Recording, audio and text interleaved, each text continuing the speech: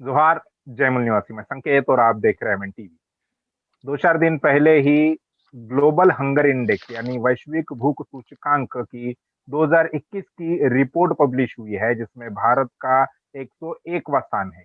116 देशों की यह सूची बनाई गई थी, जिसमें भारत को 101वां स्थान मिला है। पिछले साल यानी 2020 में ये भारत का स्थान 94 में था, 107 देशों की सूची में। अब भारत और पीछे चला गया है। हालांकि सरकार ने यानी केंद्र की नरेंद्र मोदी की सरकार ने इसको सिरे से खारिज कर दिया है। सरकार का ये कहना है कि ये अवैज्ञानिक तरीके से इसको बनाया गया है, इसकी मेथोडोलॉजी अनसाइंटिफिक है। और भारत सरकार ने कहा है, केंद्र की मोदी सरकार ने कहा है कि हम ऐसे रिपोर्ट को नहीं मानते जो अवैज्ञानिक तरीके से बनाया गया है। लगातार जब से मोदी सरकार बनी है या जब से इस प्रकार के रिपोर्ट आने शुरू हो गए हैं, तब से ही भारत की जो छवि है दुनिया में वो खराब होते जा रही है। भारत दिन ब दिन हर एक हर एक रिपोर्ट में, हर एक सर्वे में पिछड़ता हुआ जा रहा है। फिर चाहे वो ग्लोबल हंगर इंडेक्स हो, ग्लोबल हैप्पीनेस इंडेक्स हो, हर प्रकार के ह्यूमन डेवलपमेंट इंडेक्स हो, हर प्रकार की रिपोर्ट में, हर प्रकार के सर्वे में भारत पिछड़ता जा रहा है। इसके क्या कारण है, ये समय समय पर हमने उसकी चर्चा की है। अभी जो ये रिपोर्ट आया है उस पर बात करेंगे। केंद्र सरकार का जो इस रिपोर्ट को देखने का रवैया है उस पर भी बात करेंगे, उसके क्या कारण है। 15 अगस्त 2021 को ही भारत ने और भारत के तमाम लोगों ने 75वां आजादी का दिन मनाया है, अमृत महोत्सव मनाया है। तो 75 साल हो गए हैं आजादी को लेकर, और फिर भी भारत में भूख ये जो समस्या है वो दिन ब दिन बढ़ते जा रही है। लॉकडाउन के पीरियड में हमने देखा कि केंद्र सरकार ने 80 करोड़ लोगों को मुफ्त में अनाज देने का काम किया। यानी भारत सरकार भी ये मानती है कि 80 करोड़ लोग भारत के इस लायक भी नहीं है कि वो खरीद कर, पैसे देकर खरीद कर अनाज खा सके। इतनी बदतर अवस्था, इतनी खराब अवस्था भारत की और भारत के लोगों की कर दी गई है। इसमें किसी एक पार्टी या एक किसी विशेष सरकार का रोल नहीं है। जब से सरकारें बन रही है, फिर चाहे वो कांग्रेस की हो या बीजेपी की, दोनों ने भी भारत की जनता को भुखमरी के कगार में धकेल दिया है, भुखमरी पर लाकर खड़ा कर दिया है। 50 साल से ज्यादा कांग्रेस ने राज किया है और अभी बीजेपी का शासन चल रहा है। तो उनके शासन काल में भी यही परिस्थिति है। हालांकि बीजेपी कांग्रेस का विरोध करती है और ये कहती है कि हम कांग्रेस से अच्छा शासन कर रहे हैं, या वो ऐसा दावा करते हैं, लेकिन परिस्थिति, आंकड़े ये कह रहे हैं कि ये सही नहीं है, सरकार के दावे झूठे हैं। ग्लोबल हंगर इंडेक्स के बारे में चर्चा करने के लिए आज हमारे साथ इंपा के राष्ट्रीय अध्यक्ष मान्यवर डॉक्टर मगन ससाने सर है। मैं उनका एमएन टीवी पर स्वागत करता हूं। इसके अलावा इंपा के राष्ट्रीय महासचिव डॉक्टर राजेश कुमार सर हमारे साथ नई दिल्ली से जुड़े हुए हैं। उनका भी मैं स्वागत करता हूं इस चर्चा में। और एमएन टीवी के मुख्य संपादक मान्यवर कुमार काले सर हमारे साथ जुड़े हैं, उनका भी स्वागत करता हूं। हम इस ग्लोबल हंगर इंडेक्स पर चर्चा करेंगे, केवल उन आंकड़ों पर नहीं, तो उसके पीछे क्या हो रहा है, क्या सच्चाई है, और इससे निजात पाने का रास्ता क्या है। इन सभी मुद्दों पर हम चर्चा करेंगे। चर्चा की शुरुआत में मैं दोनों डॉक्टरों से पूछना चाहूंगा। सबसे पहले तो ये जो रिपोर्ट अभी आई है, पिछले साल के मुकाबले भारत और भुखमरी में धकेल दिया गया है या भूख के मामले में पिछड़ गया है। मैं डॉक्टर मगन ससाने सर से शुरू करूंगा। ससाने सर, क्या प्रतिक्रिया है आपकी?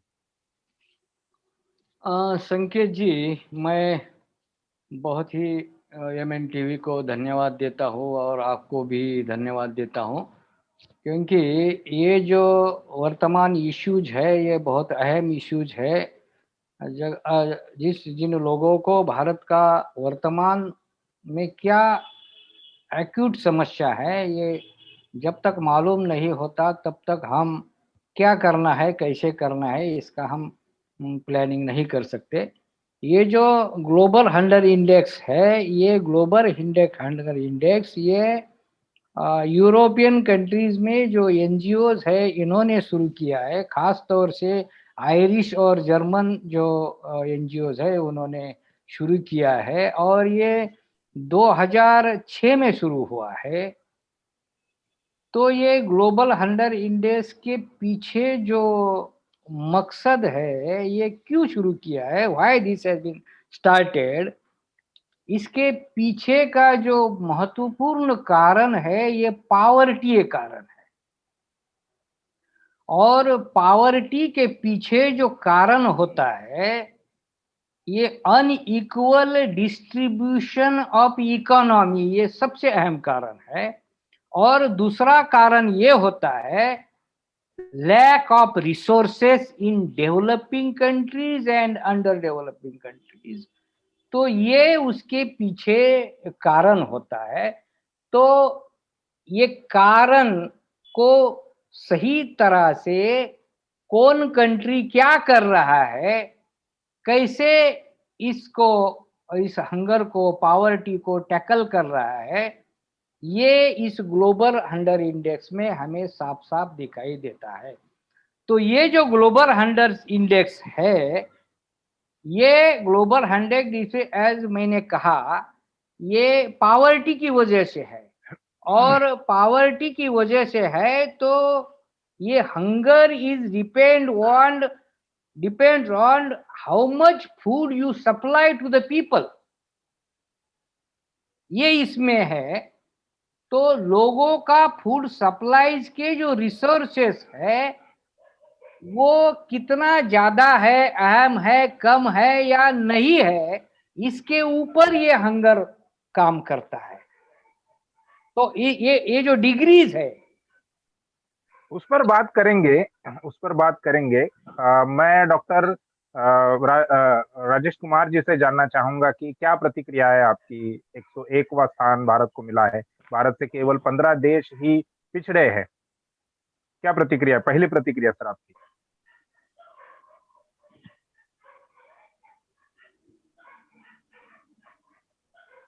डॉक्टर साहब, हेलो। उनका आवाज, आपका माइक म्यूट है, अनम्यूट कीजिए सर उसको। डॉक्टर साहब, आपका माइक म्यूट है, शायद आवाज नहीं जा रही है। हेलो। हाँ सर बोलिए, आवाज आ रही है सर। हाँ हाँ, रिपीट करें।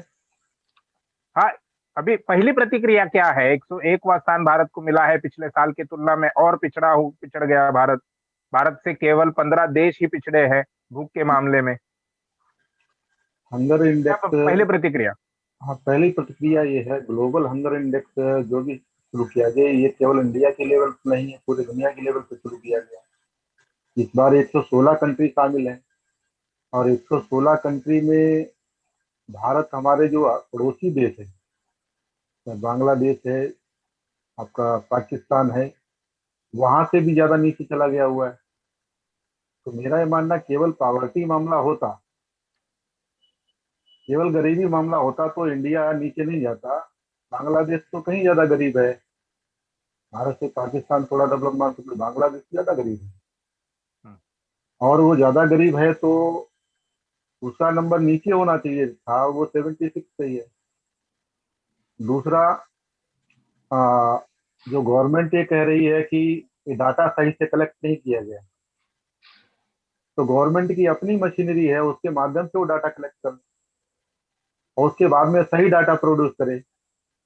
अभी नीति आयोग बनाया गया हुआ है, नीति आयोग के माध्यम से फिर प्लानिंग बनाए। वास्तव में जो ग्लोबल हंगर इंडेक्स, जिसके माध्यम से अलग अलग तरीके से अभी टर्म यूज किए गए हैं, तो लोगों को समझ में नहीं आते, लेकिन जो इंटेलेक्चुअल वर्ग है, जो रिसर्चर लोग हैं, उनके अच्छे से लेख आने चाहिए लोगों को समझाने के लिए, और इसके ऊपर प्लानिंग बनना चाहिए कि ग्लोबल हंगर इंडेक्स में भारत नीचे क्यों पिछड़ रहा है, और उन कारणों को आइडेंटिफाई। हेलो। डॉक्टर साहब, डॉक्टर साहब का इंटरनेट का इशू है या क्या है पता नहीं है। काले सर, आप अगर उनसे संपर्क बना सकते हैं तो तब मैं तक कॉल करता मैं। हूँ। हाँ,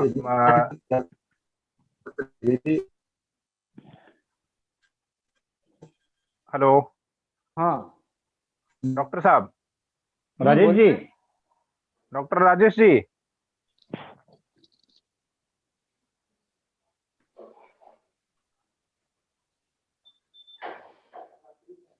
उनसे दोबारा संपर्क करने की कोशिश करते हैं। डॉक्टर साने सर, हाँ बोलिए। 101वां स्थान मिला है और सर भारत सरकार ने तो कहा है कि ये अन साइंटिफिक मेथोडोलॉजी से बनाया गया ये सर्वे है या ये डेटा है या ऐसे आंकड़े उन्होंने दिए हैं। क्या पैमाने हैं वैश्विक भूख तो सूचकांक के, किस आधार पर यह तय होता है? भारत सरकार का जो रवैया है, इसमें मोदी की तरफ से, जो हमारा पंतप्रधान है माननीय मोदी जी की तरफ से, woman and child development minister है, उसकी प्रतिक्रिया है। और इसमें ऐसा कहा गया है, ये अनसाइंटिफिक है, अवैज्ञानिक है, ऐसा कहा गया है, उन्होंने ऐसा कहा है। लेकिन ये डाटा किस आधार पर झूठा है ऐसा नहीं कहा गया है। डॉक्टर साहब, उन्होंने उसमें इन बातों को लेकर भी कुछ सवाल खड़े किए। हाँ, कि ओपिनियन पोल के तौर पर फोनिकली इन्होंने कुछ रैंडम सर्वे किए। हाँ, फोन पर से जानकारी ली, प्रोपोर्शनेट टू पॉपुलेशन उन्होंने ये आंकड़े निकाले हैं, पर कैपिटा फूड कितना मिला है, इसके आधार पर उन्होंने बनाए हुए हैं। तो क्या ये तरीका सही तरीका है क्या? हाँ कुमार जी, मैं ये ही कहना चाहता हूँ, क्योंकि उन्होंने जो आंकड़े का दिया है, जो कोविड-19 काल का जो 2020 का ही उन्होंने फूड सप्लीमेंट का डाटा दिया है।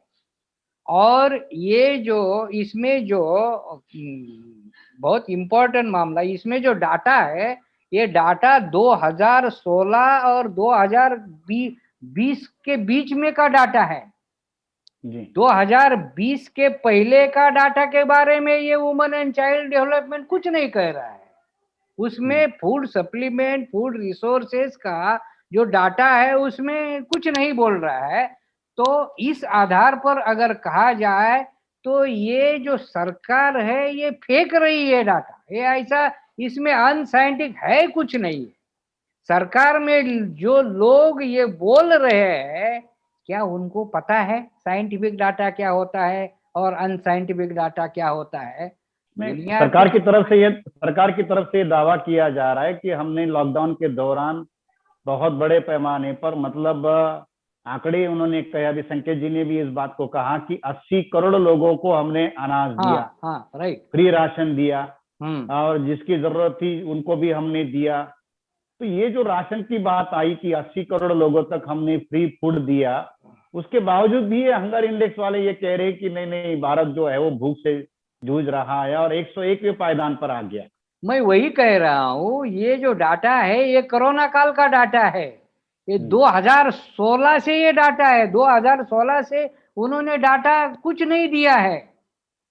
तो ये डाटा सरकार का ही गलत है, सरकार गलत प्रतिक्रिया दे रही है इस पर, ये मेरा कहना है जी। 2016 से लेकर 2020 तक सरकार ने क्या किया ऐसा नहीं कह रही, सिर्फ 19-20 का ही डाटा का वो चर्चा कर रही है, 2016 से वो डाटा का चर्चा ही नहीं कर रही है।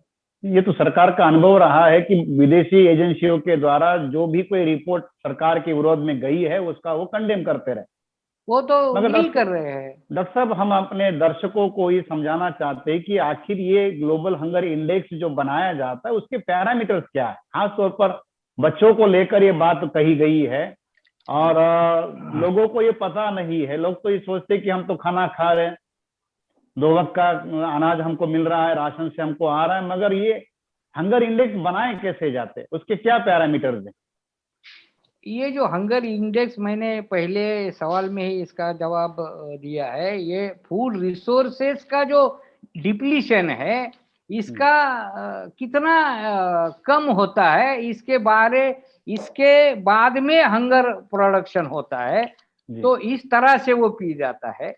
देखिए, अगर हंगर इंडेक्स का जो पहला पैरामीटर है वो है चाइल्ड का अंडर नरिशमेंट होता है, जी जो फूड सप्लीमेंट में पहला अंडर नरिशमेंट होता है, और इसमें भी अगर फूड सप्लीमेंट नहीं मिला प्रॉपर तरीके से, फूड सप्लीमेंट का मतलब है बैलेंस डाइट। केवल एक ही तरीके का डाइट नहीं होता, ये बैलेंस डाइट होता है। उसमें प्रोटीन्स होता है, कार्बोहाइड्रेट होता है, विटामिन्स होता है, मिनरल्स होता है, बहुत सारी चीजें होती है। तो इसको डाइट कहते हैं। केवल खाना खा मिलता है ये डाइट नहीं होता, तो राशन इसका से ये तो कम होता है। सरकारी राशन से तो केवल गेहूं और चावल ही दिए कार्बोहाइड्रेट जा रहे मिलता है, केवल कार्बोहाइड्रेट ही मिलता है, जी प्रोटीन तो मिलता ही नहीं। और जी प्रोटीन ना मिलने से ज्यादा समस्या पैदा होती है। जी तो अगर नहीं मिला तो वेस्टिंग हो जाती है। जी।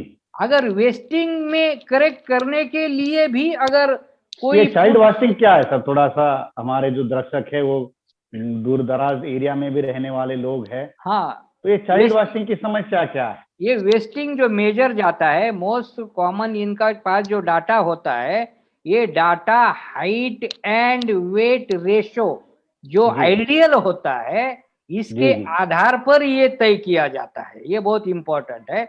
और हाई उसके बाद स्किन फोल्ड थिकनेस होता है, फैट कितना है ये मेजरमेंट होता है, प्रोटीन मास, बॉडी मास, प्रोटीन मास कितना होता है, उसको बीएमआई इंडेक्स कहते हैं, जी जी इसका भी मेजरमेंट होता है। तो ये कई कई सारे ऐसे पॉइंट्स है, इसके 100 पॉइंट्स, 100 पॉइंट्स है। ये 100 पॉइंट्स अभी हम डिस्कस नहीं कर सकते, लेकिन जी इतना ही काफी है। तो इसमें ही अगर खाना नहीं मिला, तो लॉन्ग टर्म अगर ऐसा हुआ, खाना नहीं मिला, हंगर अगर वैसा ही रहेगा, करेक्ट नहीं किया, तो उसका स्टंटिंग, ग्रोथ स्टंटिंग होता है। चाइल्ड का ग्रोथ जो है वो स्टॉप होता है। अगर इसमें भी खाना नहीं मिला, फूड जी रिसोर्सेज करेक्ट नहीं मिला, तो डेथ हो जाता है। जी तो ये जो चार है, अंडर डेवलपमेंट पहला, अंडर नरिशमेंट होता है, फिर वेस्टिंग होता है, फिर स्टंटिंग ग्रोथ होता है, और फिर उसके बाद डेथ होता है। जी।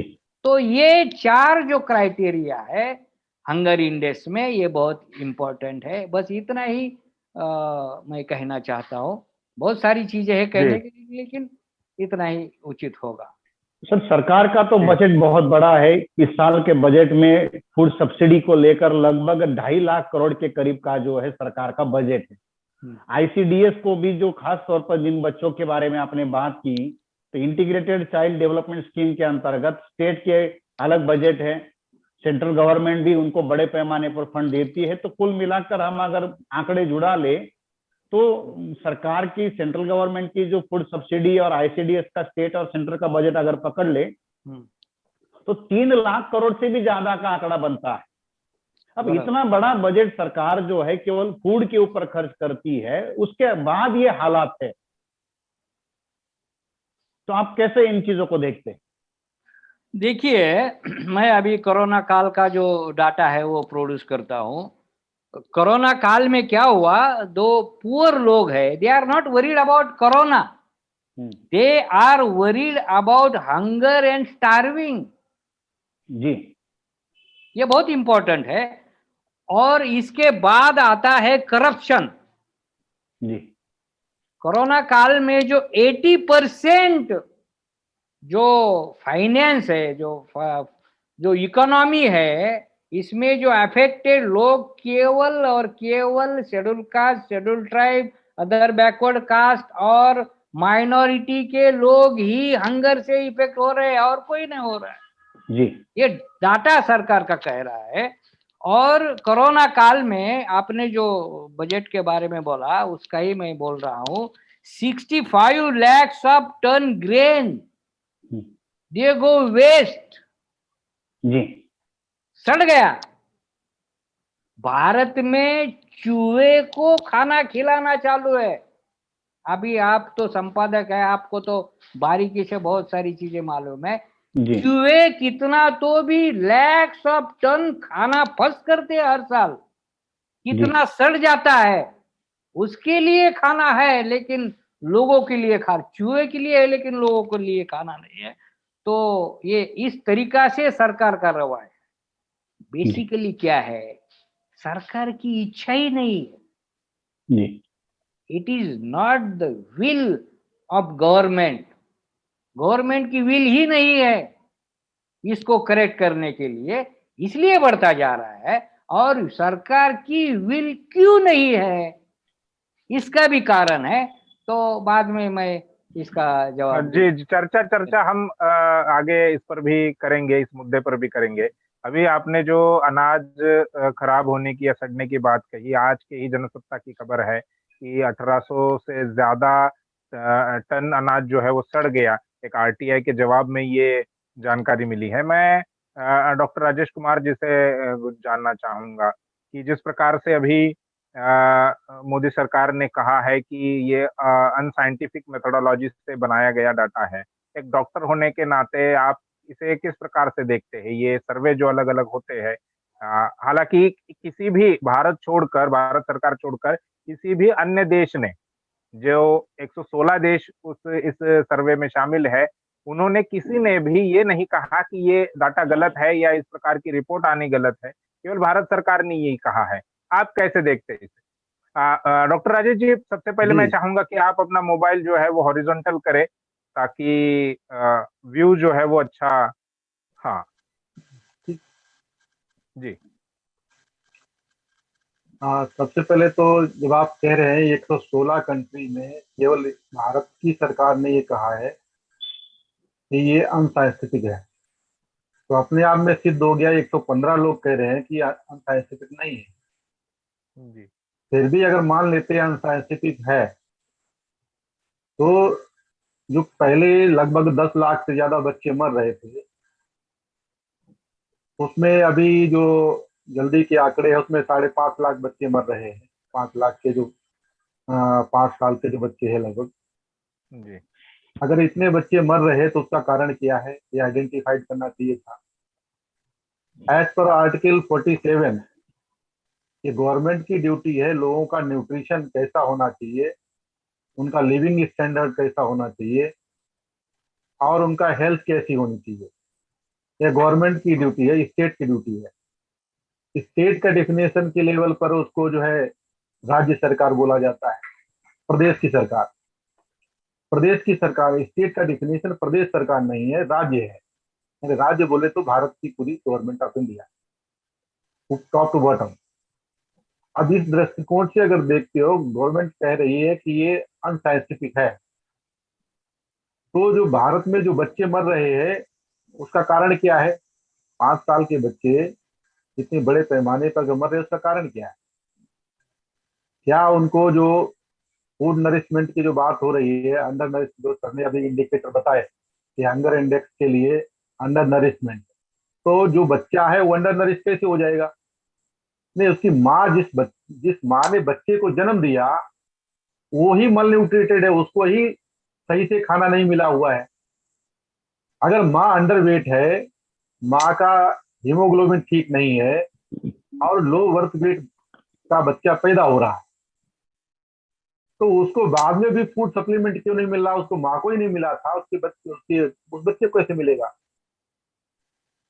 तो केवल पॉवर्टी नहीं, यहाँ पे जो अनइक्वल डिस्ट्रीब्यूशन है, चाहे वो इकोनॉमिक हो चाहे वो किसी भी लेवल का हो, तो जो सोशल स्ट्रक्चर है भारत का, वो सोशल स्ट्रक्चर जो है लोगों को पॉवर्टी की लेवल पे ले जा रहा है, ना कि पॉवर्टी की वजह से समस्या है। जो सोशल स्ट्रक्चर है उसकी वजह से गवर्नमेंट इन डाटा को डिनाई कर रही है, क्योंकि अभी मुझे लगता है शायद चुनाव वगैरह आने वाले हैं, उसकी वजह से इस तरीके की बातें हो सकती है, क्योंकि लोगों को ये जानकारी चली गई गलती से कि अंडर नरिशमेंट क्या होता है। अब आम पब्लिक को तो अभी पता नहीं था कुपोषण क्या होता है। मेडिकल ऑर्गेनाइजेशन के माध्यम से और रामचेत के माध्यम से और तमाम दूसरे संगठनों के माध्यम से ये बताया जा रहा है बराबर कि कुपोषण यानी मल न्यूट्रिशन क्या होता है, यानी जिसको खाना नहीं मिला, देसी भाषा में, गांव की भाषा में कहा जाए, जिसको खाना नहीं मिला उसको कुपोषण कहते हैं, यानी जिसको पोषण सही नहीं हुआ। अब नया शब्द नहीं है अंडर न्यूट्रिशन, लेकिन पब्लिकली इस चर्चा में भी अंडर न्यूट्रिशन शब्द आ रहा है। अंडर न्यूट्रिशन भी मल न्यूट्रिशन में ही आता है। अंडर जी न्यूट्रिशन का मतलब जो आपने खाया उसमें वो न्यूट्रिएंट मौजूद नहीं है। नहीं जब है। गवर्नमेंट 1 किलो चावल दे रही है, चावल में तो स्टार्च है, उसमें विटामिन मिनरल्स, वो सारी चीजें कहाँ मिलेंगी? बाकी गेहूं दिया, अब वो वेजिटेबल्स कहाँ से खरीदेगा, मिल्क कहाँ से खरीदेगा? आईसीडीएस का प्रोग्राम चलाया गया, ये ठीक अच्छा प्रोग्राम था, लेकिन जिस लेवल पर इम्प्लीमेंट होना चाहिए वो इम्प्लीमेंट नहीं हुआ। उसी प्रोग्राम को इन्होंने एजुकेशन के साथ जोड़ दिया, यानी जो बच्चे प्राइमरी स्कूल में पढ़ने जा रहे हैं उनको खाना खिलाया, जहाँ पे खाना खिलाया जाना वहां पे खाना मिल नहीं रहा, जहाँ पे एजुकेशन दिया जाना चाहिए वहां पे एजुकेशन नहीं मिल रहा। कुल मिलाकर जो गवर्नमेंट ये कह रही है कि ये अनसाइंटिफिक है, ये पर्दा डालने का मामला है, और फिर भी लगता है गवर्नमेंट को अनसाइंटिफिक है, तो रियल डाटा उनको प्रेजेंट करना चाहिए, आइडेंटिफाइड करना चाहिए। जो बच्चे जिनकी एजुकेशन सही होना चाहिए तो एजुकेशन क्यों नहीं उनको सही हुआ, जिन बच्चों को उनकी हाइट के अनुसार उनका वेट होना चाहिए, उनकी एज के अनुसार उनकी हाइट होनी चाहिए, जो इंडिकेटर है हंगर इंडेक्स, वो ऐसा क्यों गड़बड़ हो रहा है, उसके बारे में एक बड़ा प्रोग्राम जो है आर्टिकल 47 पर बनना चाहिए, जो गवर्नमेंट बनाती हुई दिखाई नहीं दे रही है, केवल अपने आप को बचाने की इस तरीके की बात करे, मेरा ऐसा मानना है। तो डॉक्टर साहब, सुप्रीम कोर्ट ने भी बहुत बार इसको स्पष्ट किया है और राइट टू लिव में हेल्थ को भी शामिल किया है और उसको अपना मौलिक अधिकार घोषित किया है। जैसे आप बता रहे थे उसमें ये बातें भी, ये बहुत ज्यादा महत्वपूर्ण बातें हैं। डॉक्टर साहब, मैं एक सवाल ये पूछना चाहता हूँ कि भूख का आखिर मनोविज्ञान क्या होता है? ये जो हंगर इंडेक्स आता है, या जो जिस तरीके से आपने बातें की कि माँ भी कुपोषित है, उसका बाप भी कुपोषित है, पूरा परिवार के परिवार कुपोषित है भूख के कारण, गरीबी के कारण, तो उसके सामाजिक और मतलब जो है उसके मानसिक क्या परिणाम निकल आते हैं? मानसिक क्या परिणाम होते हैं? बराबर। मेरा ये मानना है गरीबी के कारण वो भुखमरी नहीं है, जी कम से कम भारत में। जी जी। क्योंकि अगर गरीबी के कारण भुखमरी होती तो बांग्लादेश और पाकिस्तान मुझे लग रहा भारत से ज्यादा गरीब लोग, बर्मा जैसे कंट्री है भारत से ज्यादा गरीब लोग। भारत गरीब नहीं है, इकोनॉमिक लेवल पे गरीब नहीं है, जी लेकिन यहाँ का जो सोशल स्ट्रक्चर है, वो सोशल स्ट्रक्चर उसकी वजह से लोगों के साथ में जो व्यवहार होता है, उनको रोजगार प्रॉपर नहीं मिलता। अभी कोविड के पीरियड में तो ये फिजिकली दिखाई दिया, लाखों हजारों मजदूर सड़क पे निकले, जो पैदल जो मजदूरी करने के लिए निकले थे। अपने आप में डाटा है कि जो मजदूर लोग अपने दूर देश में आके, प्रदेशों में आके काम के लिए आए हुए थे, उनकी कितनी इनकम रही होगी? 10,000 15,000 रुपए से ज्यादा उनकी इनकम नहीं है पर मंथ की। और इस इनकम में वो लोग 100 रुपए किलो के टमाटर, ग्रीन वेजिटेबल्स 50 60 70 रुपए किलो की, वो कैसे खरीदेंगे? और बाहर आने के बाद में जो 1 किलो चावल और ये 5 किलो गेहूं जो दिया गया, वो भी उनको नहीं मिलता। उसके लिए उनको आधार कार्ड चाहिए कि आधार तो उसके गांव का बना हुआ है। तो भारत में तो अभी जो भुखमरी जो दिखाई दे रही है, उसका कारण केवल गरीबी नहीं है, भारत का जो स्ट्रक्चर बनाया गया, जो सोशल स्ट्रक्चर बनाया गया, उसकी वजह से समस्या है। आप किसी भी चौराहे, किसी सड़क पे, बड़े मेट्रो सिटी में जाइए, वहां पे लोग भीख मांगते हुए दिखाई देते हैं, उसमें भी वैरायटी के लोग दिखाई देंगे। इवन भीख को भी बिजनेस के रूप में दिखाई जाता है, कुछ लोग बिजनेस करने के लिए लगाए जाते हैं। डॉक्टर साहब, हमारा सवाल जो है ना कि उसके भूख का एक मनोविज्ञान होता है, हाँ, उसका एक मानसिक और सामाजिक भी परिणाम समाज पर होता है। जैसे भूख से क्राइम बढ़ता है, भूख से मतलब जो है कि एजुकेशन, जो आदमी अपने बच्चों को खाना नहीं दे पाएगा, वो बच्चों को एजुकेशन क्या देगा? तो अल्टीमेटली वो स्कूल से ड्रॉप आउट भी होता है, वो मेंटली डिस्टर्ब होता है। तो ऐसे क्या परिणाम होते हैं बच्चे से लेके एडल्ट तक? अगर उसका हम देखें एज इन सोसाइटी के ऊपर उसका क्या असर होगा? सिंपल सी बात है कि यदि व्यक्ति की आ, भूख नहीं अगर पूरी होती है, जी उसको अगर खाना नहीं मिलेगा, तो उसके अंदर जो एनर्जी होनी चाहिए, जो ताकत होनी चाहिए, वो ताकत नहीं, वो काम नहीं उस लेवल पे नहीं कर पाएगा। जी दूसरी बात, एजुकेशन के बारे में तो तब सोचेगा जब उसका पेट भरा हुआ हो, जी और सोशल स्ट्रक्चर में उसका मान सम्मान जितना भी है, वो सारा का सारा उस लेवल पर ये लोग सोच भी नहीं पाते हैं कि मान सम्मान होता क्या है। तो ऐसे लोग जिनका सोशली डिप्राइव्ड है, लोग जो जी सामाजिक रूप से एक तरीके से बहिष्कृत किए हुए हैं, लेकिन कॉन्स्टिट्यूशन उनको सेफगार्ड दे रहा है। उस सेफगार्ड के लेवल पर आज तक मुझे नहीं लगता कोई काम सही से किया गया है। खास तौर से जो अनटचेबल कहे जा रहे थे कॉन्स्टिट्यूशन बनने से पहले, जिनको अछूत कहा गया, एनटी डीएनटी बीजेंटी के लोग हैं, इवन यहाँ तक ओबीसी के लोग जो किसान कहे जा रहे हैं, किसान लोग भी, ये बहुत बड़े बड़े किसान जो आज की डेट में है वो कम संख्या वाले लोग हैं। जो ज्यादातर ओबीसी और शेड्यूल कास्ट की किसान जातियां है वो छोटी छोटी खेती किसानी वाले लोग हैं। छोटी किसानी वाले जो लोग हैं उनके पास भी इतना पर्याप्त अनाज नहीं हो पाता है, और जो उनके छोटे छोटे खेत होते हैं उनके लिए स्टेट बड़े बड़े जो आपके जो जमींदार लोग हैं उनके खेतों में काम करने के लिए उनको जाना पड़ता है। तो जिन लोगों के पास काम करने के लिए जाना पड़ेगा अपना पेट भरने के लिए, और अपने खेती से वो भरपाई नहीं कर पा रहे क्योंकि उतना अन्न उगा नहीं पा रहे हैं, तो जाहिर सी बात है कि उनका सामाजिक स्तर जो है, जो मान सम्मान है, वो बहुत ही ज्यादा गिरा हुआ रहता है। आप गांव के एरिया में जाएं तो ये बातें आपको बहुत बड़े पैमाने पर दिखाई देंगी। कोई भी जो सवर्ण जाति जो कही जाती है, संविधान तो सवर्ण और वर्ण कुछ मान ही नहीं रहा है, लेकिन भारत में ये अभी भी चीजें चल रही है। सवर्ण भी है, जातियां भी है, और अवर्ण लोग भी है। यही व्यवहार हो रहा है, व्यवहार में ये चीजें हैं। तो चाहे जितने भी हमारे लोग आज एजुकेटेड हो गए हों, S C S T OBC minority के लोग, लेकिन गांव देहात की स्थिति बद से बदतर है। उनका सामाजिक स्तर इतना ज्यादा गिरा हुआ है कि अगर उनको रोटी खाने को मिल जाए तो रोटी खाने के लिए वो कहीं भी खड़े होते हैं, और इस स्तर तक अभी गिराया गया। भंडारे के नाम पे अभी बहुत सारे कार्यक्रम हो रहे हैं। अभी फेस्टिवल पीरियड बोला जा रहा है, तमाम चौराहे पे आपको खाने के लिए पूरी सब्जी खिला रहे होंगे, लेकिन अगर रोजगार मांगेंगे तो रोजगार नहीं दिया जाएगा। रोटी खिलाने खिलाने के लिए वो तैयार है, लेकिन हमें वो रोजगार देने के लिए तैयार नहीं, हमको एजुकेशन देने के लिए तैयार नहीं। ये जो सबसे बड़ा कारण है, और इस लेवल तक अभी दिमाग के लोगों का मानसिक स्तर गिराया गया हुआ है, लोग सोच भी नहीं पा रहे हैं। जो पेट्रोल की कीमत आज की 60-70 रुपए थी 2014 से पहले, उसको लोग बोल रहे थे महंगाई है, और अभी 100 के ऊपर पार गया, इसके लिए कोई विरोध नहीं होता है। लोग भुखमरी से मर रहे हैं, 101 पे पहुंच गया, इसके लिए कोई विरोध नहीं हो रहा है। लेकिन पहले इसी मुद्दे पे विरोध हो रहा था। कारण लोगों का मानसिक स्तर लेवल पर लाया गया है कि उन्होंने मान लिया है कि हमारा जो ये सब कुछ है हमारे भाग्य में लिखा हुआ है, भाग्य को मान के चल रहे हैं। तो जो पहले का जो सोशल स्ट्रक्चर चल रहा था संविधान लागू होने से पहले, मैं ऐसा मानता हूँ वही स्थिति अभी बनती जा रही है। लोगों के सोचने समझने की क्षमताएं खत्म होती जा रही हैं, जैसे जैसे उनकी भुखमरी न- बढ़ती जाएगी, जैसे जैसे बेरोजगारी बढ़ती चली जाएगी, जैसे जैसे एजुकेशन का स्तर गिरता चला जाएगा, लोग इस बात को मान लेंगे कि उनके नसीब में यही था, पिछले जन्म के कर्म थे। ये स्थिति बनाने की कोशिश की जा रही है। इसके लिए जितना लेकिन ज्यादा समझाया जाए ज्यादा अच्छा होगा। जी। जी, डॉक्टर ससाने सर से हाँ मैं पूछना चाहूंगा कि हाँ।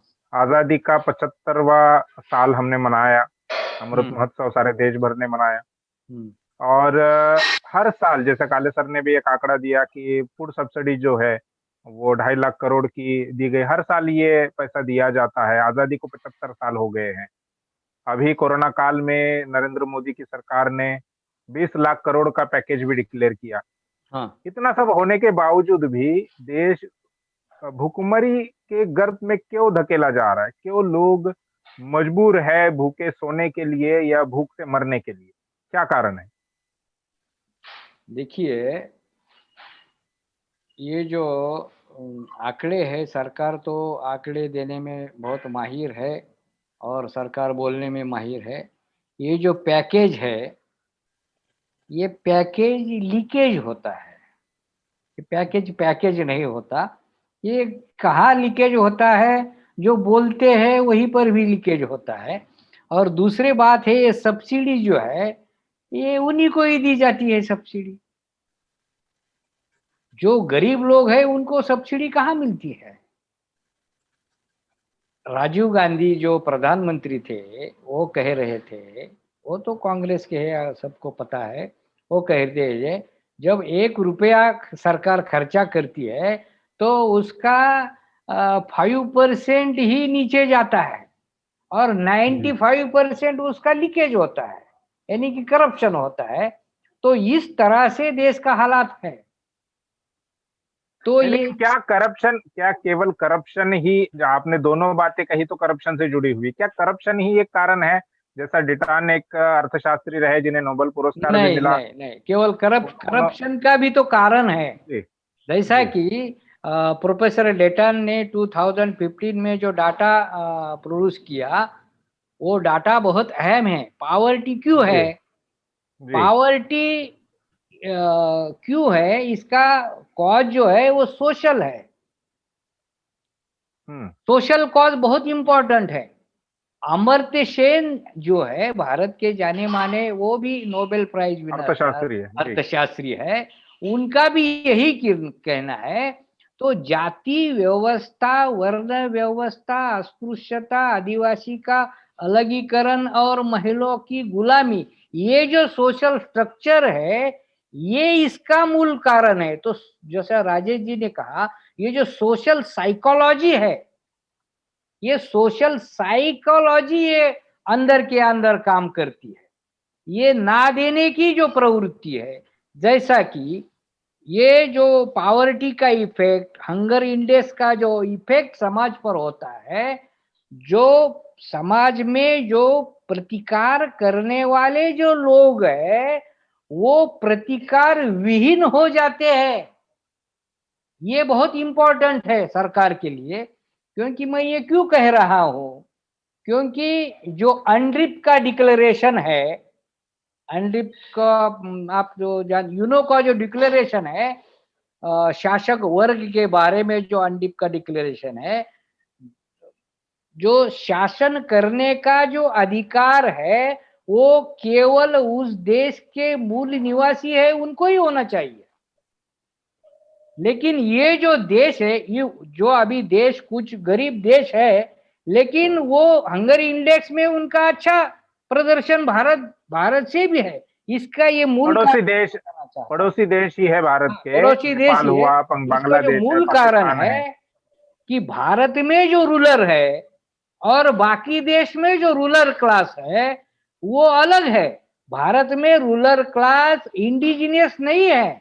डॉक्टर साहब, इसमें मैं थोड़ा रोकना चाहूंगा ये कि बहुत इंपॉर्टेंट है। डॉक्टर साहब, ये जैसे आपने डिस्क्रिमिनेशन कहा है। कि अभी लगभग 20 के करीब के स्टेट के मुख्यमंत्री बैकवर्ड है, ट्राइब है, हाँ और स्टेट के नियंत्रण में हेल्थ सब्जेक्ट है, हाँ। फूड सब्सिडी केंद्र में स्टेट के सरकार द्वारा जो दिया जाती प्रधानमंत्री है। है, जो अब प्रधानमंत्री ऐसे है में वो आप भी ये कैसे बैकवर्ड कह है। सकते हैं कि भाई जो है कि इंडिजीनियस लोग रूल नहीं कर रहे हैं?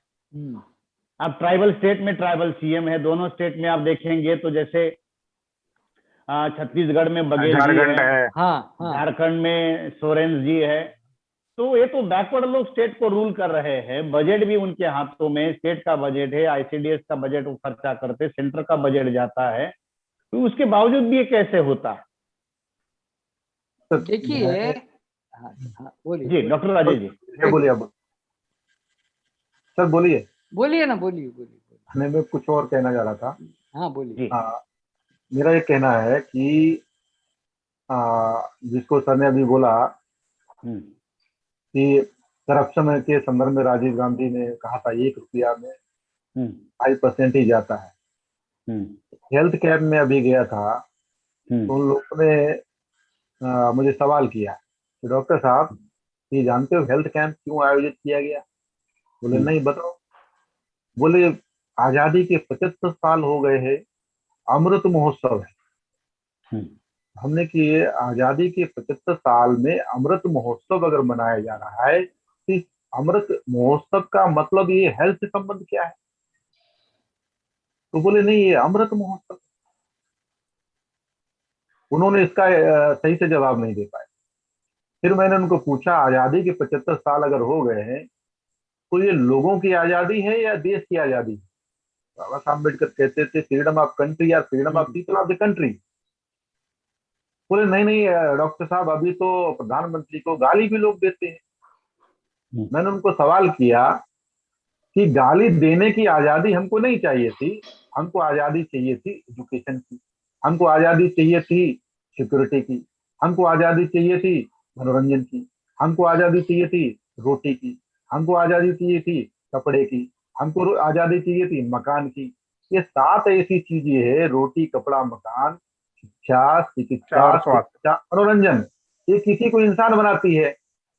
और ये इंसान हमको अभी तक बनाया ही नहीं, तो इस अमृत महोत्सव से क्या कौन सा अमृत हमको पीने को मिलेगा? जिन लोगों को हम हेल्थ कैंप के नाम पे अमृत महोत्सव का वो लगा के आजादी मना रहे हैं, तो भारत सरकार ये हेल्थ सेक्टर को डेवलप क्यों नहीं कर रही है? अभी अभी जल्दी ही उत्तर प्रदेश में ये डिक्लेयर किया गया कि उत्तर प्रदेश के सभी जिलों में मेडिकल कॉलेज बनाया जाएगा। तो सुनने में बहुत अच्छा लग रहा है, मेडिकल कॉलेज बनेंगे, सभी जिलों में होंगे, क्योंकि हम लोग कह रहे हैं कि जिला लेवल पर सेकेंडरी टर्सरी ट्रीटमेंट होना चाहिए, उसकी व्यवस्था होनी चाहिए। लेकिन जिले लेवल पर अगर मेडिकल कॉलेज बनता है तो उसके लिए इंफ्रास्ट्रक्चर क्या है? क्या वहां पर पढ़ाने के लिए प्रोफेसर मौजूद होगा? और जो प्रोफेसर मौजूद होंगे क्या वो गवर्नमेंट के होंगे? तो मेरा ये कहना है कि जो करप्शन के नाम पे राजीव गांधी ने कहा था वो नूरा कुश्ती थी, केवल ड्रामेबाजी थी, करप्शन का केवल प्रोपोगंडा किया गया ताकि लोगों को अच्छा लगे। ठीक इसी तरीके से अभी जो हमारे सीएम और बहुत सारे OBC, backward, schedule caste, schedule tribe caste के मंत्री और 131 मेंबर ऑफ पार्लियामेंट जो दिखाई दे रहे हैं, वो कहने के लिए हमारे हैं, देखने के लिए अच्छे लग रहे हैं। उन लोगों को अभी जो शेड्यूल कास्ट के नाम पे चुन के गया वो जाति के नाम पे है, अभी शेड्यूल कास्ट के नाम पे नहीं है। शेड्यूल ट्राइब का चुन के गया वो भी जाति के नाम पे, ओबीसी के नाम पे गया वो भी जाति के नाम पे। यानी जो OBC, schedule caste, schedule tribe caste के नाम पे बनने चाहिए थे मंत्री और सीएम और विधायक और सांसद, वो जाति के नाम पर बन रहे हैं।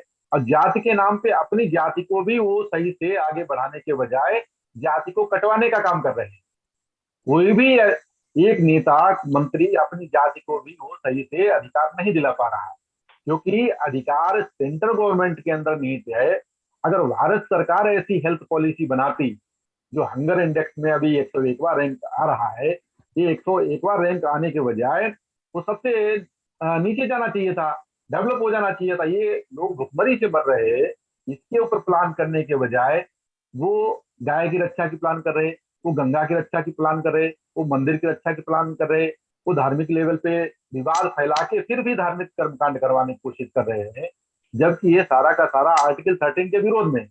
तो नल ब्रीफ में ये कहना चाहूंगा, जो आपका जो सवाल था कि अलग अलग स्टेट में मुख्यमंत्री और ये सारे लोग हैं, तो ये फ्रीडम ऑफ कंट्री हुआ था, freedom of people of country नहीं हुआ है। इसी वजह से हंगर इंडेक्स में अभी तक हम लोग नीचे जा रहे हैं, और हमारे मुख्यमंत्री, विधायक, सांसद और ये मंत्री होने के बावजूद हर क्षेत्र में एससी, एसटी, ओबीसी माइनॉरिटी के लोगों को एससी, एसटी, ओबीसी माइनॉरिटी मानने के बजाय उनको जाति का मानते हुए उनके साथ जाति के आधार पर व्यवहार किया जा रहा है, कॉन्स्टिट्यूशन के आधार पर व्यवहार नहीं किया जा रहा। अगर कॉन्स्टिट्यूशन के आधार पर व्यवहार किया जाता तो ओबीसी की जनगणना की जाती, शेड्यूल कास्ट की जनगणना की जाती, शेड्यूल ट्राइब कास्ट की जनगणना की जाती, और इनकी जनगणना के साथ साथ में भारत में जो भी रहने वाले लोग हैं, चाहे अभी जिनको ब्राह्मण कहा जा रहा है, जिनको क्षत्रिय कहा जा रहा है, जिनको वैश्य कहा जा रहा है, ये वर्ण व्यवस्था के लोग हैं, इनको भारतीय अपने आप को कहते हुए इनकी भी जनगणना की जानी चाहिए, और संख्या के अनुपात में इनका प्रतिनिधित्व देते हुए जो भी बजट बनाया जाता है हर लेवल पे, चाहे एजुकेशन का हो, चाहे शिक्षा का हो, चाहे चिकित्सा का हो, चाहे हंगर के लिए हो, अलग अलग सारी चीजें, उसके लिए बजट एलोकेट करके व्यवस्था बनाई जानी चाहिए। ये नहीं किया जा रहा है, फ्रीडम ऑफ कंट्री नहीं हुआ है, इसकी वजह से सारी समस्या है। नहीं डॉक्टर साहब, जैसे आप ये कह रहे हैं कि बजट होना चाहिए, बजट तो है, बजट है, में बजट है, लोगों की आजादी का क्या, हमारे सांसदों को अभी सर हमारा जो सब्जेक्ट है उसमें हम लोग एक दो तीन बातें जो है वो हमारे दर्शकों को हम लोग बताना चाह रहे हैं कि भाई सरकार की नीति है, खोट नीति में है या नीयत में है? ये दोस्त एक सिंपल लाइन का सवाल है।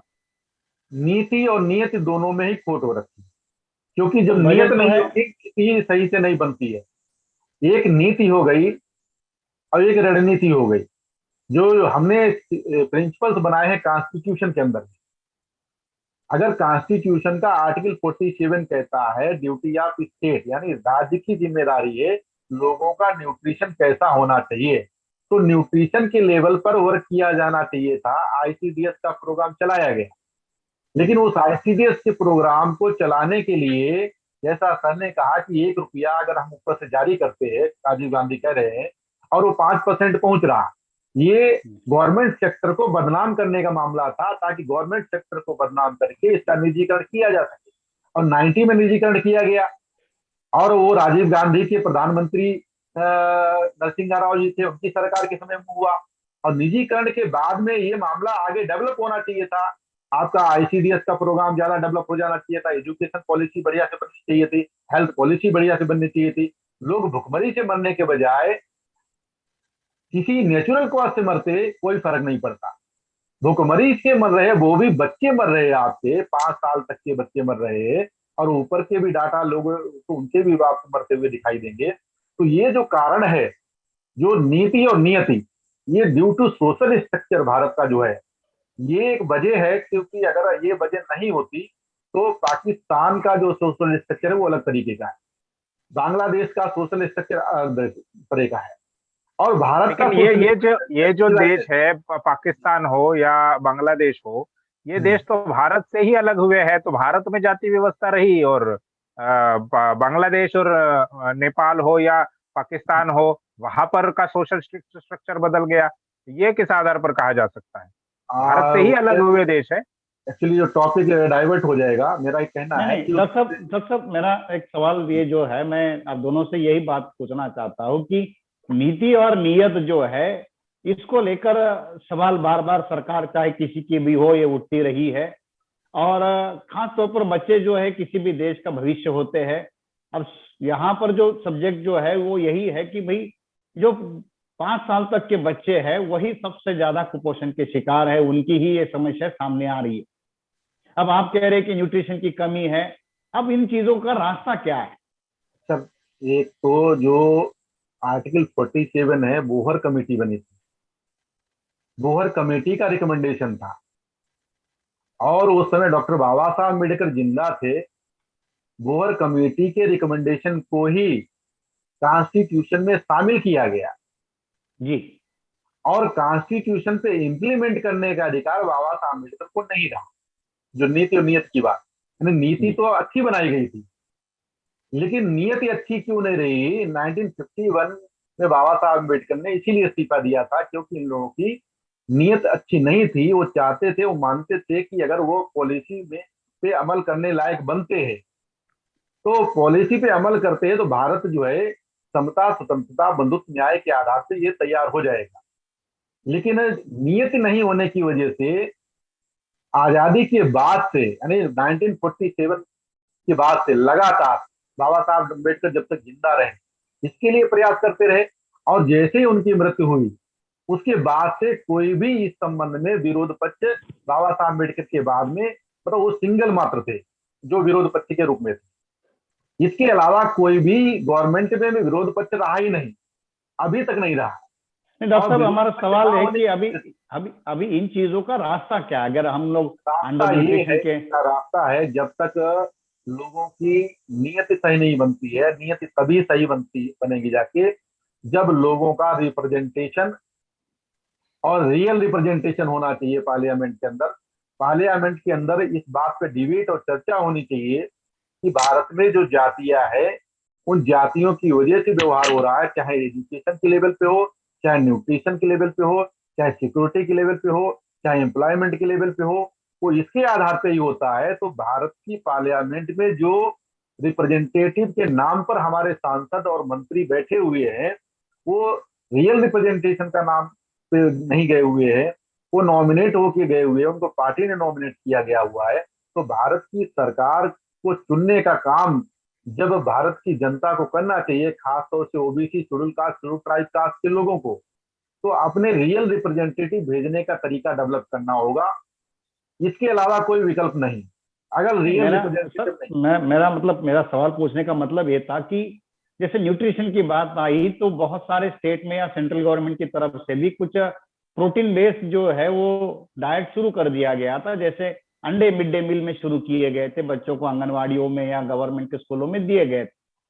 मगर पिछले कुछ सालों में या अभी अभी 1-2 सालों में देखने को मिला है, बहुत सारे राज्यों में जहां पर बीजेपी की सरकारें हैं, वहां पर उन्होंने इस मिड डे मील के अंदर जो प्रोटीन बेस्ड डाइट था उसका विरोध करना शुरू कर दिया और सरकार के मेनू से उन अंडों तक को भी हटाया गया। तो ये मेरा कम्युनल मानना एजेंडा भी डाइट के साथ जोड़ा गया है। कल तक ये गौ मांस तक सीमित था, गोकशी को लेकर सीमित था, उसके लिए कानून बनाए गए, मगर ये जो अंडे थे ये तो बच्चों के लिए दिए गए थे और अंडों को लेकर कभी कोई विवाद नहीं रहा था। मगर 1-2 सालों में देखने को मिला कि उसको भी मिड डे मील के मेनू से हटाया गया। मेरा सवाल ये था। मेरा ये कहना है सर इसके ऊपर, मिड डे मील जो प्राइमरी स्कूल के माध्यम से शुरू किया गया, वो प्राइमरी आईसीडीएस में भी कुछ जगह पर अलग आईसीडीएस अलग में राज्यों चलाया में जाना दिया चाहिए, जाता उसमें था। कोई आपत्ति नहीं है। जी। आईसीडीएस चलाया जाना चाहिए, उसमें कोई आपत्ति नहीं। अगर चलिए मान लेते हैं अंडे से विरोध है, तो प्रोटीन डाइट के लिए अंडे के अलावा दूसरी भी चीजें वो क्यों नहीं शामिल किया गया? उन्होंने दूध का प्रस्ताव रखा है अलग अलग राज्यों में, जो तो बीजेपी के स्टेट है वो दूध की बात करते हैं, गाय का दूध पियो। दूध दिया गया क्या? गाय का वो दूध तो दिया गया क्या? ये ठीक वैसे ही है सर, कहने में अच्छा लगता है क्योंकि हम ज्यादातर हमारी जनता है केवल इस मामले में खुश हो जाती है कि उनको कह दिया गया। अभी मैं 2-3 दिन पहले एक बस में ट्रेवलिंग कर रहा था, उस ट्रेवलिंग के दौरान सामने पुलिस ने ट्रैफिक जाम किया और ये कहा कि किसान आंदोलन चल रहा है इसलिए ये भारत बंद है आज और ये आगे बस नहीं जाएगी। कुछ बच्चों ने रिक्वेस्ट किया कि हमारे एग्जाम है, हमको छोड़ दिया जाना चाहिए। अंदर ही बैठी पब्लिक क्या कह रही थी, किसान लोग नहीं है ये लोग आतंकवादी लोग। जिन लोगों को खाने को नहीं मिल रहा था, इसे कपड़े नहीं पहने हुए थे, बस में बैठे हुए थे, गांव देहात के लोग थे, वो लोग ये शब्द इस्तेमाल कर रहे थे कि ये लोग आतंकवादी लोग। ये उनके दिमाग में कैसे आया? क्योंकि ये जो मीडिया और बाकी जो प्रोपेगेंडा किया जा रहा है उसके माध्यम से उनके पास जो जानकारी दिया गया वो किसान लोग नहीं है।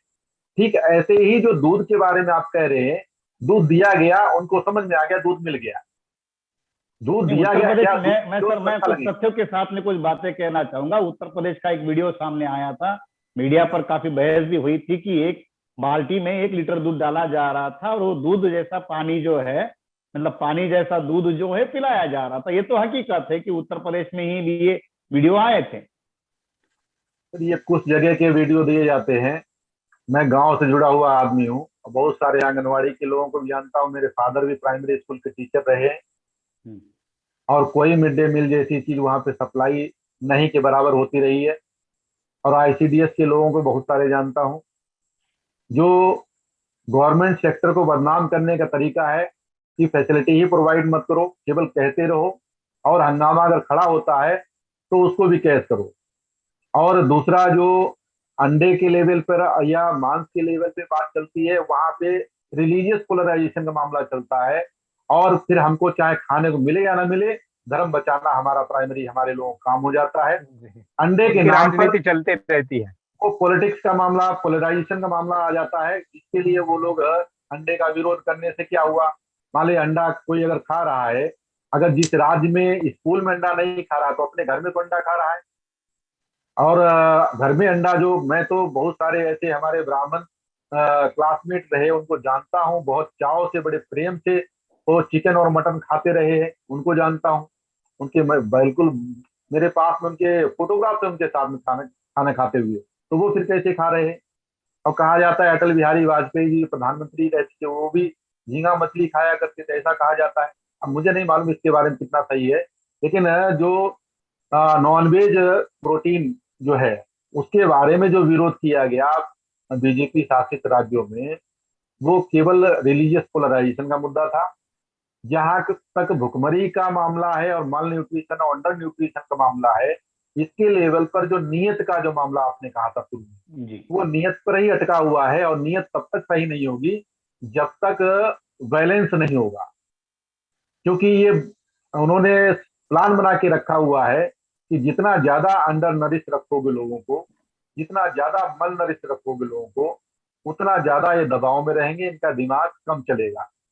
और एजुकेशन तो बिल्कुल ही नहीं मिलना चाहिए। एजुकेशन के नाम पे उनको 5 किलो 1 किलो चावल, 5 किलो गेहूं ये दे दो और बोलो तुम्हारे बच्चों को भेजते रहो, बस भेजते रहो काय के लिए, या इधर खिचड़ी खिलाया जाएगा, 5 किलो ये तुम इधर से ले लो। गरीब नहीं है उनको भी राशन दिया जा रहा है और बड़े खुशी खुशी ले रहे हैं। मैं मेरे एरिया में गया था, मेरे डिस्ट्रिक्ट में, तो मेरी जानकारी मिला कि अच्छी खासी फैमिली है, वो भी जो गवर्नमेंट के द्वारा अभी राशन प्रोवाइड किया जा रहा है, वो 5 किलो राशन को लेने के लिए वो जा रहे हैं। क्यों? क्योंकि वो फ्री में मिल रहा है। तो फ्री में खाना मिल रहा है, एजुकेशन नहीं दिया जा रहा है। एजुकेशन पैसे देकर भी नहीं मिल पा रहा है, एडमिशन अगर लेना चाहे तो एजुकेशन किसी भी लेवल पे नहीं देना है ताकि दिमाग नहीं चले।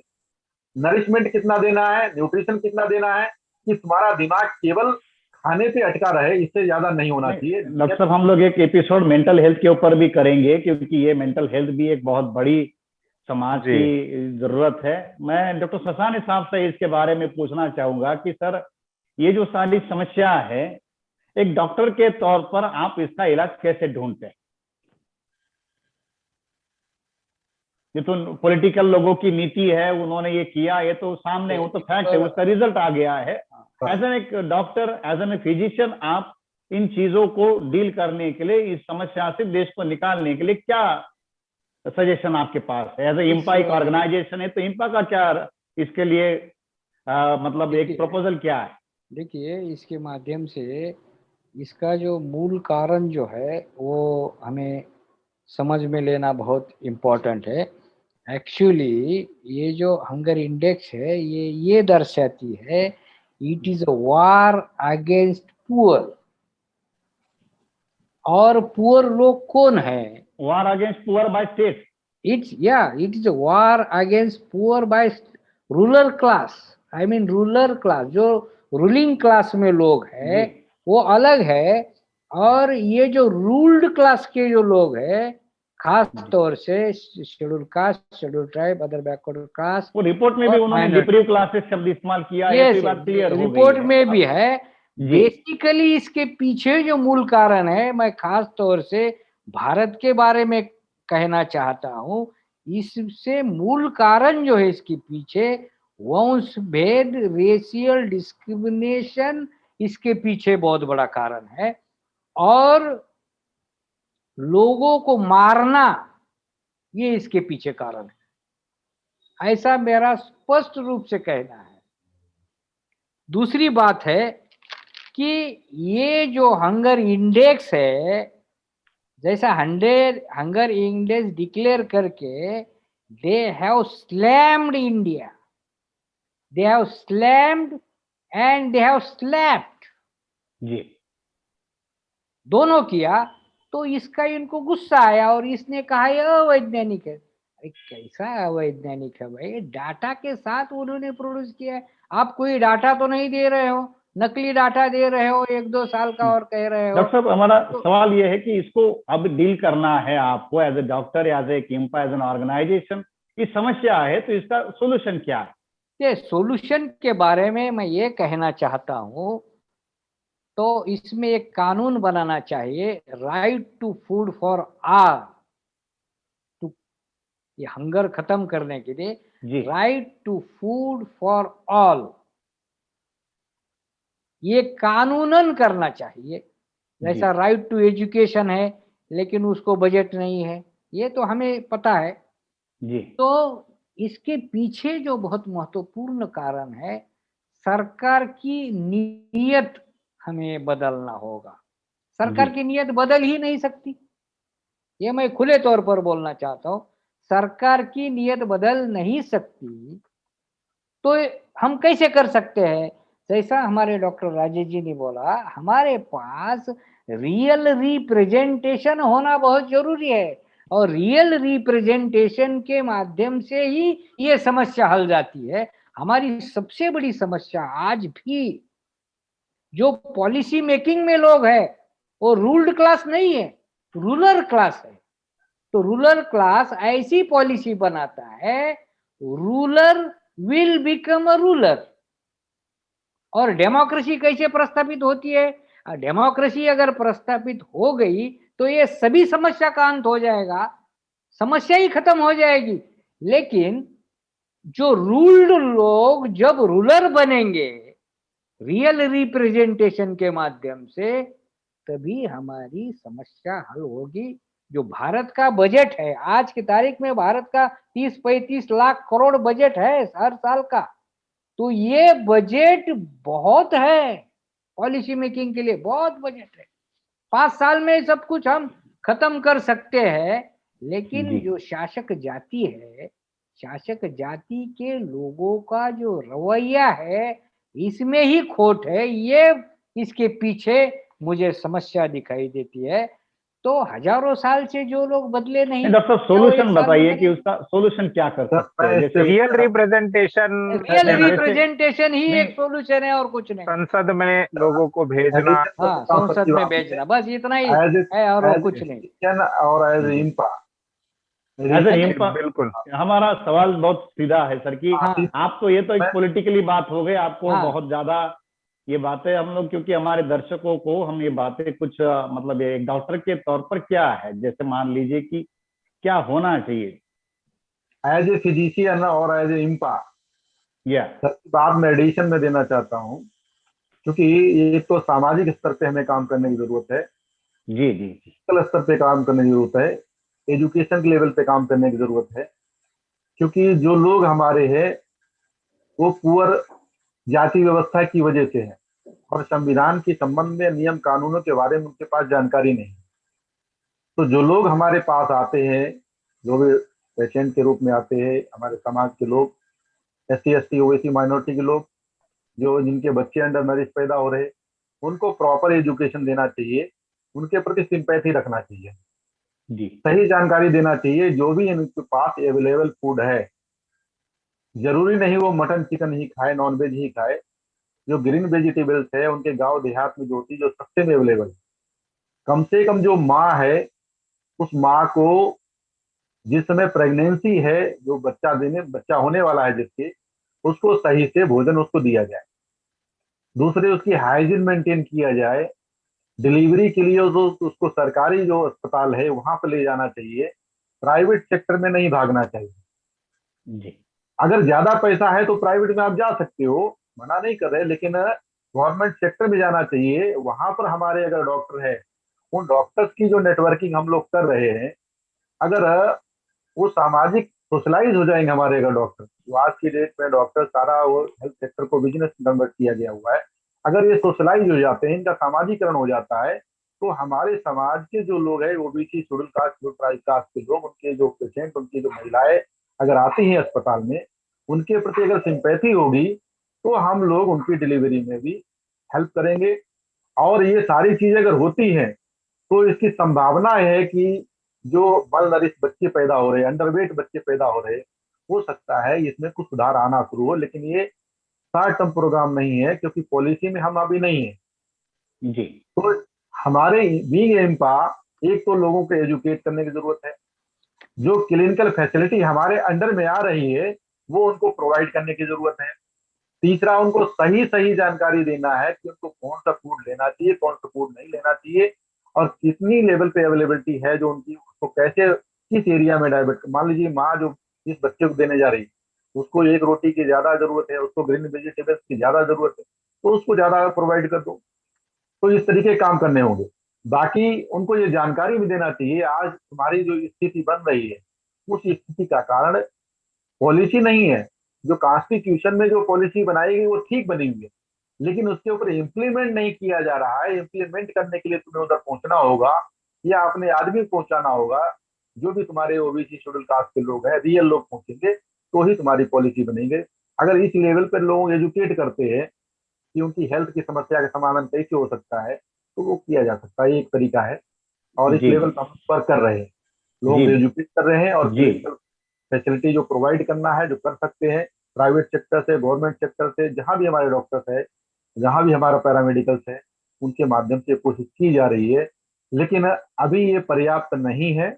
जिस जिस अनुपात में हमारी नेटवर्किंग होगी, उस अनुपात में हम हमारे समाज को ये फैसिलिटी प्रोवाइड करने में सफल होंगे। साथ साथ में जैसे ही पॉलिसी मेकिंग में हमारी सोच के लोग पहुंचते हैं, तो भारत की हेल्थ पॉलिसी ऐसी बननी चाहिए कि कोई भी बगैर क्लिनिकल ट्रीटमेंट के नहीं मरना चाहिए। दूसरा, उसको जानकारी होना चाहिए कौन से डॉक्टर के पास जाना चाहिए, कौन से डॉक्टर के पास नहीं जाना चाहिए। अभी डॉक्टर के बजाय वो लोग वो सीधे सीधे ट्रीटमेंट बताते हैं। जो पेशेंट के पास जो इन्फॉर्मेशन है, आधी अधूरी जानकारी दिया गया, तो वो आधी अधूरी जानकारी के आधार पर वो ट्रीटमेंट सीधे बताते जाके, सीधे डायग्नोसिस बताते जाके है। उनको रीजन पूछो तो उसके बारे में पता नहीं होता है। तो प्रॉपर हेल्थ एजुकेशन दिया जाना चाहिए, सोशल एजुकेशन देना चाहिए, और कॉन्स्टिट्यूशन उनके राइट्स क्या उसके बारे में जानकारी दिया जाना चाहिए।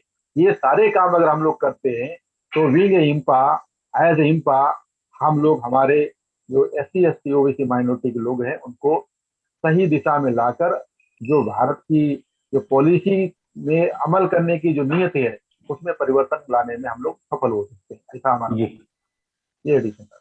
बिल्कुल संकेत चर्चा को हाँ कंक्लूड करने के लिए।